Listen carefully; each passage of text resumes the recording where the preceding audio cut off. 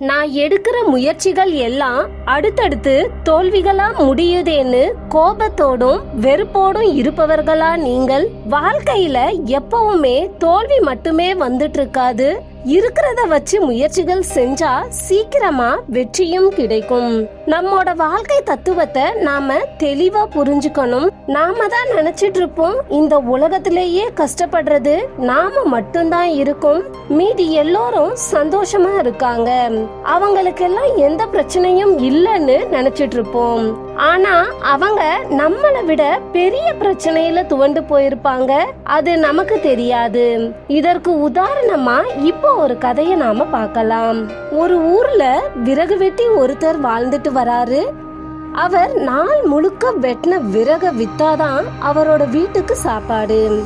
அவர் விக்கிற பணத்துல அன்னைக்கு சாப்பாடு மட்டும்தான் சாப்பிட முடியும், வேற எதுவும் செஞ்சுக்க முடியாது. அந்த வேதனையில இருக்காரு. அப்போ அவருடைய கால்ல நலிஞ்சு நொந்து போயிருந்த செருப்பும் அவருக்கு டாட்டா காட்டிட்டு பிஞ்சு போயிடுது.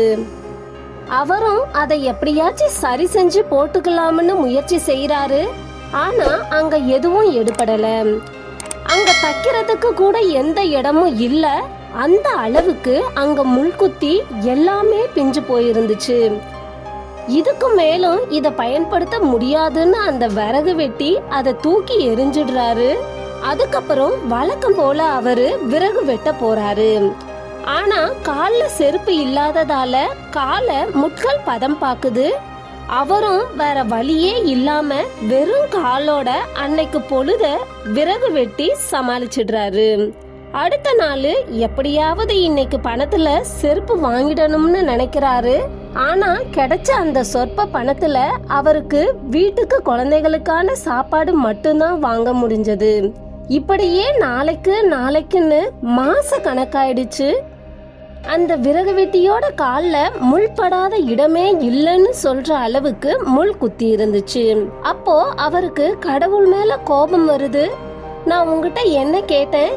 எனக்கு பெருசா ஆடம்பரமா எதுவும் வேண்டாம், ஒரு செருப்பு வாங்குற அளவுக்கு எனக்கு கொஞ்சம் வருமானத்தை கொடு, அப்படின்னாதான் என்னால அடுத்த நாள் வேலைய பார்க்க முடியும். நான் ஒரு நாள் வேலைக்கு போகலன்னாலும் என் குழந்தைங்க சாப்பாட்டுக்கு கஷ்டப்படும்னு கோபத்துல புலம்பிட்டு இருக்காரு. நம்ம மனசுல இருக்கிறதையெல்லாம் கோவில்ல இருக்கிற சாமி கிட்ட போய் கொட்டிடணும்னு அந்த விறகு வெட்டி கோபமா கோயிலை நோக்கி நடக்கிறாரு. கோவிலுக்கு வந்து அவருக்கு அதிர்ச்சி கிடைக்குது. அப்போ அங்க ஒரு நபர் 2 காலுமே இல்லாம கோயில் வாசல்ல பிச்சை எடுத்துட்டு இருக்காரு.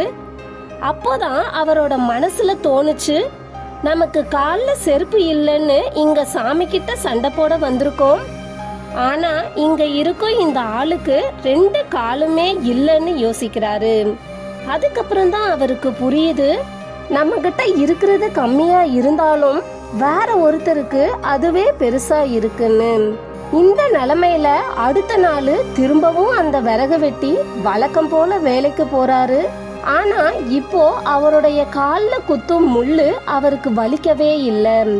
எப்படியும் இன்னும் கொஞ்சம் நாள்ல நான் இந்த கஷ்டத்துல இருந்து மீண்டு வருவேன், அதற்கான முயற்சியில வலியோடு இருந்தாலும் சரி தீவிரமா முயற்சி செய்வேன்னு அவர் தன்னோட வேலைய பார்த்துட்டு இருந்தாராம். இந்த கதையிலிருந்து நாம தெரிஞ்சுக்க வேண்டியது என்னன்னு பார்த்தோம்னா, நமக்கு என்னடா அடுத்தடுத்து கஷ்டம் வந்துட்டே இருக்குன்னு சோர்ந்து போய் உக்காந்துட்டோம்னா அந்த கஷ்டங்கள் நம்மோட தலையில கூடு கட்டி கும்மாளம் போடும். அதனால அடுத்து என்ன செய்யலாம்ன்றத நோக்கி நாம அடியெடுத்து வைப்போம்.